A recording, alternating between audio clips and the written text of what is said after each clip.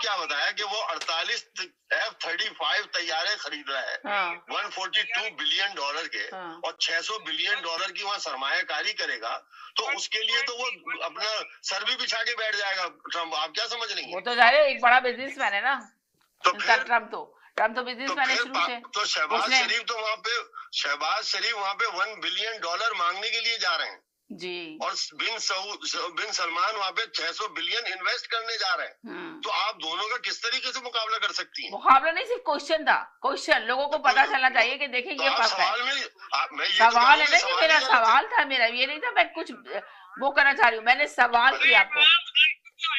तो सवाल की इमरान खान को रेड कार्पेट मिला था, वगैरह बाहर आके मुलाकात की थी, बड़ा गला वला लगाया था और बोला ये बेस्ट है। अब आप उनसे सुन लीजिए जो आपके साथ प्रोग्राम कर रही हैं, उनसे सुने आप। लेकिन मैंने सुना है कि शहबाज शरीफ को तो एयरफोर्स के बेस में उतारा गया और एक कर्नल ने उसको रिसीव किया। ऑफिशियल विजिट नहीं था। अब आप ये कहती हैं कि ये सच का प्रोग्राम है, इससे बड़ा झूठ कोई हो सकता है? नहीं, वो झूठ बोल रहे हैं तो लोग देख रहे हैं, लोग कितनी बैठ में जाएंगे इनकी। ये हंस रहे हैं, देखिए झूठ बोल के, ये झूठ बोल के लोग हंस रहे हैं। आप ये देखे ना कि ये सच बोलना नहीं चाह रहे। मैं सवाल इसलिए लेकर आई थी कि सच बोलेंगे ये लोग। और दूसरा ये कि जब मेरी बात पूरी, अगर किसी की बात पूरी नहीं हुई है तो यही तो मशवरा देते हैं कि मेरी बात के बीच में क्यों, और ये आपकी बात के बीच में बोले आके फौरन तैयारे, आपने बोल दिया शुरू में, स्टार्ट में बोला आपने तैयारों का, और इन्होंने आके बीच में कहा अरे उसने तो तैयारे के पैसे दे दिए इतने सारे। सुना कुछ नहीं, बस आके टक से बोला। इनको बोलना चाहिए था कि सुने। नहीं की थी, जयंती भाई ने की थी जी, आपने सुना नहीं था? जयंती भाई ने की थी ये बात। तो बस आपको सुनना चाहिए था ना, थोड़ा बढ़ वो रखते, सुनते पाकिस्तान के अंदर। बस ड्राइवर कूलर तो दे दिया मैंने जयंती भाई को। आप मजीद आप जो है ना वो करें। चले, क्या कहते हैं अनवर साहब आप? मैं अभी नहीं बोल रहा हूँ, मैं खाली ये बोल रहा हूँ कि ये शहबाज शरीफ का ऑफिशियल विजिट नहीं था। जो ऑफिशियल विजिट होता है उसमें रेड कारपेट दिया जाता है। अच्छा। तो अक़वाम मुत्तहिदा गया था, तो उसमें उसने वहाँ पे विजिट कर ली थी। उसको कोई ऑफिशियल इनविटेशन पे नहीं गया था। जब बंदा ऑफिशियल इनविटेशन पे जो जाता है उसको रेड कारपेट मिलता है। मैं सिर्फ इतना ऐड कर रहा था बस। बाकी जो साहब बोल रहे उनको बोलने दें। ये जो बूट पॉलिश है, इसका खिताब क्यों मिला उसे? बूट पॉलिश जी बोले, वो क्या कह रहे हैं? चौधरी साहब बोलना है? बोले चौधरी साहब।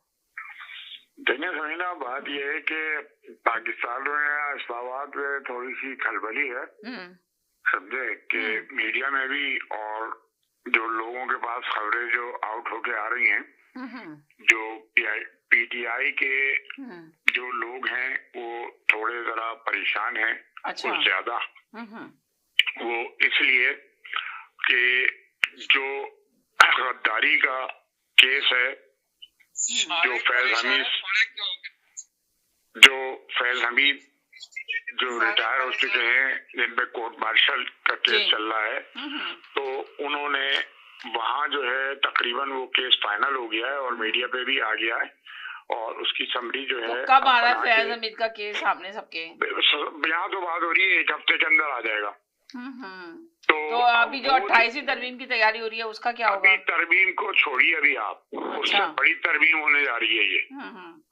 उससे बड़ी तरमीम होने जा रही है ये, और इसमें कोई 1-2 केस नहीं है। और जो इत्तलात हैं उसमें तकरीबन फैज हमीद साहब को जो है इजाजत दी गई अपने गवाह लाने की, जिन्होंने 90 नाम दिए, 90 लोगों के नाम दिए, जिसमें साबिक आर्मी चीफ भी थे, और कोई एक आदमी भी फैज हमीद साहब के साथ खड़ा नहीं हुआ, गवाही देने के लिए तैयार नहीं हुआ। एक आदमी भी फैज हमीद के लिए गवाही देने के लिए तैयार नहीं हुआ। 90 नाम फैज हमीद साहब ने दिए, उसमें से एक आदमी भी फैज हमीद साहब के साथ खड़ा नहीं हुआ उनके लिए गवाही देने के लिए। ज्यादातर पीटीआई के थे। हाँ, और वो पीटीआई का गैंग था, एक ग्रुप था, लेकिन वो डर के मारे भाग गए। फैज हमीद को भी यूज करके छोड़ दिया।